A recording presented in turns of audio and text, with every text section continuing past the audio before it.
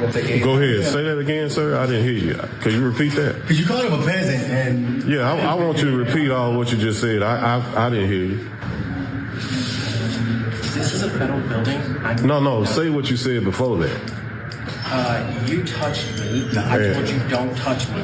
Right. Right? Okay, but after that. Right? What else you say? Don't touch me. What else did you say, though?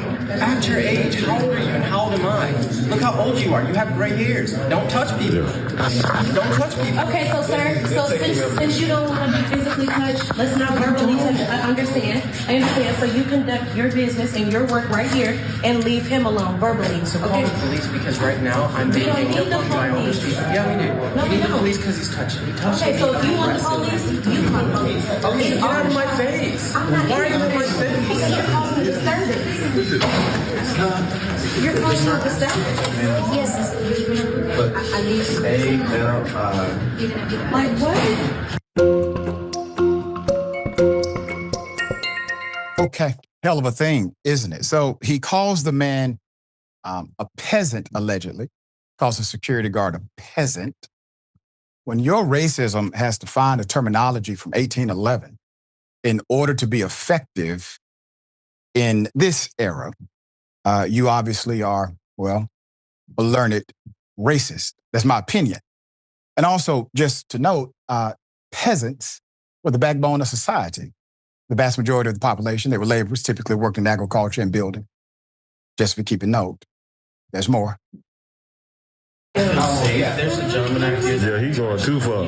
And he is trying to work something and make a quick situation because they're all the security black as well. And then so I don't feel safe. Oh, wow. He just said black. I'm the minority, and I don't feel safe. I really don't. He really said that. Yeah. He don't like the security. I'd like for this gentleman to be distanced from me, please. I'd really like to just be left alone because I'm trying to conduct work. Security's not doing anything, and I feel violated. Security is here already. He's saying that security. I have an appointment, We're verbally telling him to stop.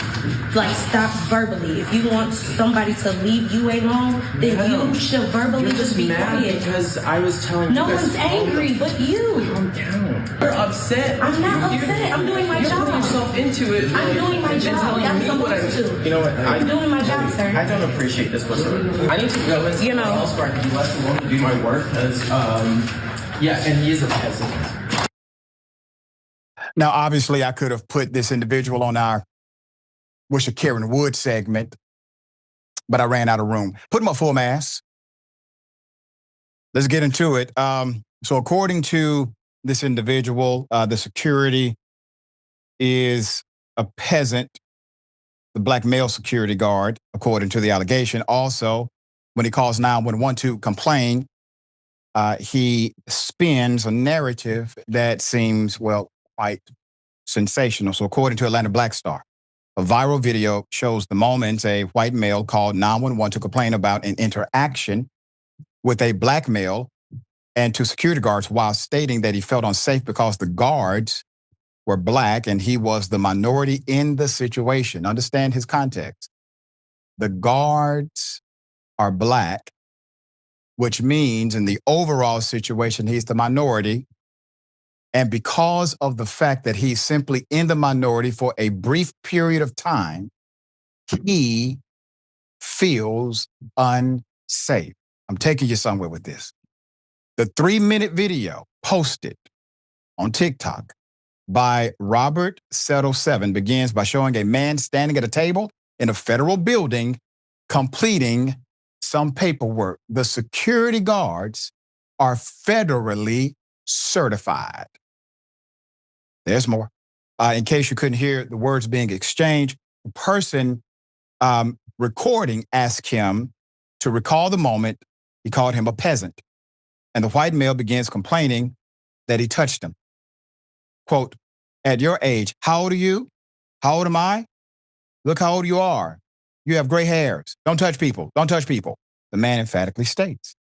At that point, a black female security guard intervenes to de-escalate, which she is trained to do, de-escalate.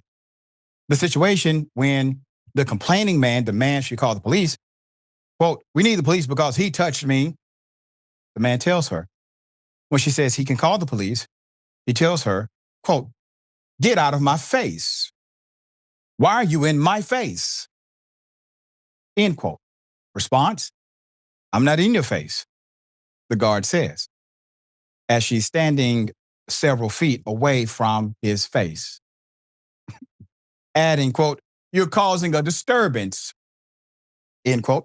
At that point, the white male walks to a desk that has a phone, and appears to call the police. Did he ask to use the phone?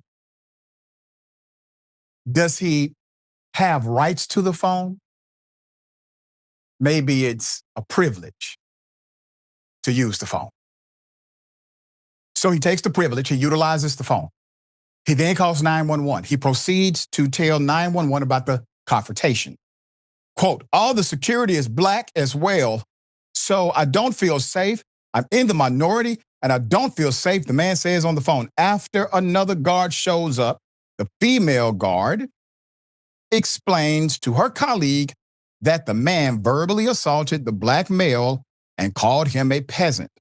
The man finally walks away from the scene, leaving some final words for the group. Quote, I need to go somewhere else where I can be left alone, do my work. Yeah, and he is a peasant. End quote. Put him back up. Full mask. Sir, somebody knows you. I'm sure somebody loves you. This is a great opportunity for somebody in your family to do an intervention. Not only do you insult individuals you just met, call them peasants, you then insult the entire staff who would have attempted to protect you if said, as you call them, black peasant would have whooped your ass. They would have been the ones to actually intervene and protect you. I don't know if you thought this plan out thoroughly, sir. All right, dear brother, what are your thoughts?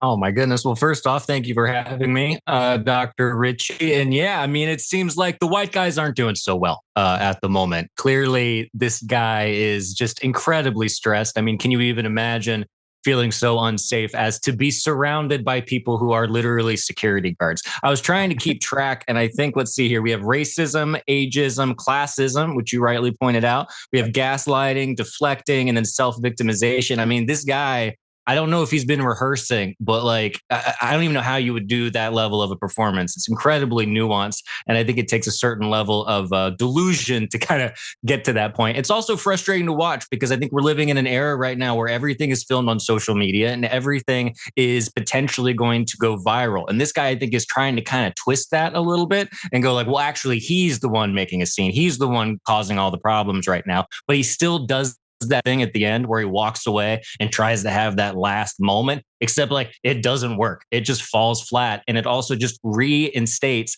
how much he is deluded and how much you can tell just by how little the guy says. When people talk like that, you can find out very quickly kind of where they stand and what they think about certain groups of people. And it's very depressing.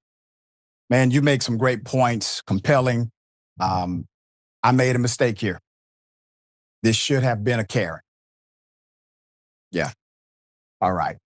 Okay. We'll bring you updates if an update comes.